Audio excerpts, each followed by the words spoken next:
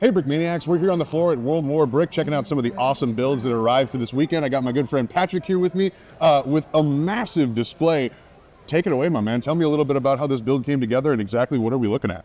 Sweet, thanks. Well, this is the Battle of Tarawa and started on November 20th to November 23rd, 1943. And basically, I just wanted to do a Pacific diorama, some completely different, and a battle that a lot of people don't know about. Sure. Clearly the scale wasn't something you were worried about. You wanted to go big right away with this mock, or did it start smaller and start to grow? I wanted to start out big. Now, right. Surprisingly enough, by the look of this mock, it's like I'd done this stuff before, but no, in reality, this is my first mock. And wow. I kind of went overboard, but well worth it in the end. Absolutely. Well, and some of the details you've got here, even at a big scale with like the bullet jumping out of the water and whatnot, obviously you've put a lot of thought into this. So talk to me about step one. Did you measure this thing out and decide this is the size I'm going to start with and I'll build interior? I mean, how did you work it through? Well, first off, I want to know how big it was, and I kind of, being myself, I want to make people say wow. Yeah. So Wow. Basically I just So I did, so the mock is 3 Lego gray base plates wide, and it's 6 gray base plates long. Wow. So I think there's a total of 18 base Sure. plates. So I had to gather them all up at Target or wherever. And then I started with the beach. Okay. And the water was the last thing to go. Interesting. Okay. So I started with the beach, and I just kind of worked my way inland. So then once you move on from the beach, did you kind of have a plan for the motion that you have going on here, or was some of it just like, I know I want some destroyed vehicles, I know I want some buildings, even down to like this bunker here, it just kind of came to as you were building, or did you plan some of this out? So basically I looked at a lot of actual footage from the battle. Sure. Very cool. So yeah, there was actual footage. So if you look it up, Marines on Tarawa, World War II, you can actually see real footage. Okay, and so that's some great source material. Obviously. Yep, definitely, and real pictures. And if you see right there, there's actually a camera guy taking pictures of Marines climbing over the seawall. So or videotaping them because because these videos went back to the United States to kind of show everyone, this is what our boys The are reality, doing. yeah, right. So. Also, I had a barbed wire fence. The Japanese, they would surround the entire island with barbed wire. It was definitely one of the most heavily fortified islands in the Gilberts. Wow. Yep. So they had naval guns. They had barbed wire surrounding the island. They also moved 4,500 of their best troops to defend the island. Okay. I think the commander of Tarawa was Rear Admiral, I think, Keishi Shibazaki, probably butchered the name. But he said that the Marines will never take Tarawa with 1 million men in 100 years. And the Marines took it in 3 days. Wow. So obviously an incredible story behind the mock itself, but when it comes to the composition here, so did your battle just kind of begin to progress? Did you decide that you were going to have armor coming in here, even these buildings, this position? Is this all just based off of source material? I mean, there's a lot of motion going on. Did you kind of just lay the framework and then build up as that stuff came together?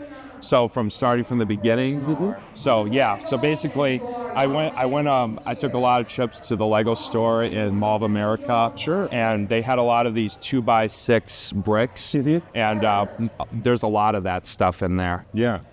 And I just went 4 bricks up, and then I went upper on the side of the mountain right there. And because I wanted to have those trenches, I wanted to have craters. And before so you need depth. Yes, right. I need depth. So before the Marines hit the island, they did a 7-minute bombardment with Wildcats and Dauntless dive bombers. And there, you can actually see footage of them bombing the island before the Marines landed on the island. And so basically, I wanted to put that in the mock. You can actually see some craters. I only got 2, but that crater right there is slightly better made than that one over there. But that crater right there, you can see the corner of the trench. It got bombed off. Right, exactly. And then that crater is part of the trench. And the Japanese were fortunate enough to set up their heavy-duty motor. Well, that's a really cool integration there between like what is clearly a man-made structure and then something that's natural caused by the battle itself. So that's a cool integration there. Definitely. And also, Yeah, go ahead. Yep. And also, you can see a Japanese soldier with blood on his head. So he got shot in the head, and he already pulled the pin on the grenade that he's holding in his hand. So that's a funny thing, because he already pulled the pin on that grenade. He's going backwards. It might be a problem dead. for the rest of the soldiers. In that Definitely. You're not wrong. So I wanted to imitate that. On that note, what are some of your favorite details that you were able to integrate into this mock? I can see we got a sniper up there, which is super cool. But tell me a little bit more about some of the more details people might not notice if they just walk past it quickly.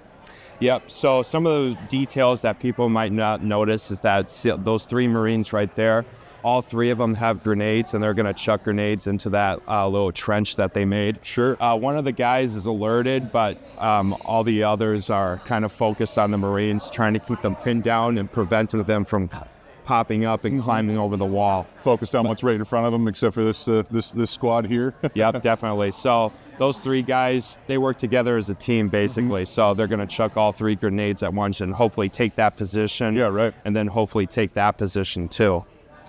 Very, very cool. So some beach details. Talk to me about these buildings, this composition. I remember you saying that you were using some visual aids from Dan's Vietnam mock to kind of be like, all right, this is the beach style structure hut I'm going for. Did you just kind of build those up and go, all right, I'll add interiors later? How'd those come to be? I wanted to put interiors on them immediately. Yeah, okay. When I build them. I also want to do my own custom buildings, because this building right here is the average building that you would see on the Vietnam War mock. Sure. And you can do all different kinds of customizations. You can make them bigger, you can make them smaller. Or just have weird angles, right? Exactly. Yep. You can have some with 2 stories. You can make them taller. You can make them wider. You can make them skinnier.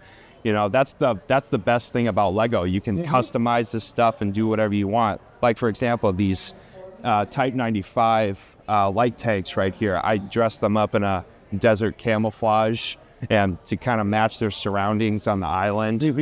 And they would actually have 7 of these tanks on the island. Some of them, they were entrenched down and just stayed Literally there. buried, right? Yeah, that's so just the turret is showing. And they actually had some running around. One got destroyed right there by the bazooka team, and the bazooka team is going for that other tank. And the tank is attacking the That might be Marines. close call, yeah, right. Yep.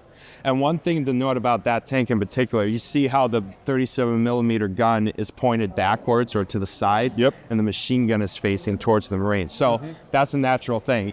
You just got the commander in there. That's a 3-man tank.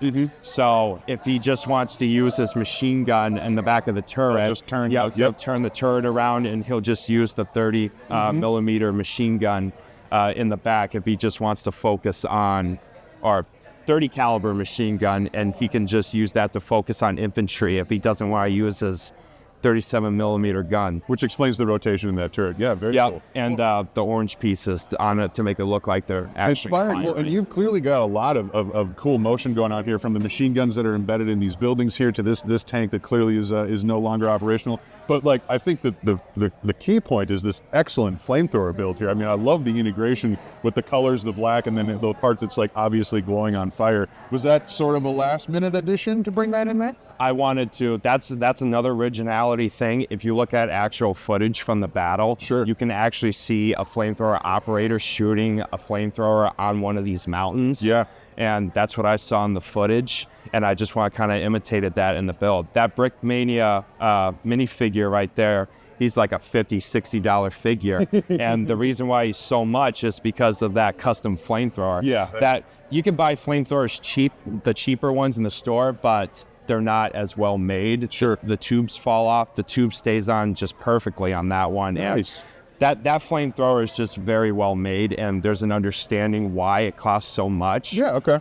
When I went to go purchase him, I'm like, I'm going to buy 3 of them. But then when I saw the price, I'm like, okay, we'll start with one. Yeah, right. Well, I think one's enough. Well, and if you got one quality one that holds in there, I mean, clearly it's one of the focal points of the mock when people walk by, not just because of the colors, but because it looks like it's in motion, you know? Yep, definitely. So let's move over to the water side here, because we've talked a little bit of, actually, you know what? Before we hit the water, let's talk more about this bunker hit. So what are some of the details we like? We've got some lighting going on. That's pretty cool. Yeah, so this is a normal thing right here. The Japanese, they would have these bunkers connected to the seawall. They're just machine gun bunkers. Not a very good place to be, because you're close to the enemy, and the enemy is just right outside that wall. Literally, yeah. Yep, you can see a Marine chucking a grenade through one of the windows. Yeah, but this one is the side that the Marines are taking the most casualties because the Higgins boats and all the Marines, they're just right. So close, yeah. Yeah, because of the coral reef. These Higgins boats, so they landed at low tide, so that means the amphibious vehicles wouldn't get close enough to the beach. So these Higgins boats, there's a coral reef, and they can't, they'll run aground on the coral reef. So they got to drop when they drop. Yeah, so they got to drop all the way out there in the open, and that was just a slaughterhouse because the Marines had little to no cover, but trying to duck underwater, try and dodge some of the fire. Well, think about how slow you walk in water, trying to, wade through that. I mean, I can't even imagine doing that well under fire. That just sounds like an absolute nightmare. Yeah, I love the integration of the tank in here, too. Is there a little bit of a story behind that? That's my first Brickmania model that I actually ever did. Oh, very cool. So a long time ago when you guys released the Pacific War instruction book, I really liked the Sherman, and I bought the instruction book just for that tank. And that is actually my first Brickmania model. That's really cool. I'm glad I asked. Yep, and I want to put some more authentic originality on it, like the Colorado. You can actually see the Colorado Sherman tank on Tarawa. Okay. I also did a Japanese helmet, and it's a Japanese skull wearing the sitting helmet. in the front. Yeah, Yeah, okay. so I kind of have that to show their victory, like you see in the Fury tank with the German gas mask. So I want to put that on. I don't know if those stacks, those engine stacks right there, those snorkels for the engine were on the tanks because the water was so shallow. But it does add a unique twist to it. Yeah. Right? Yeah, it's just really, really cool. Is there any other details that you'd like to show us or talk through it before we wrap this up?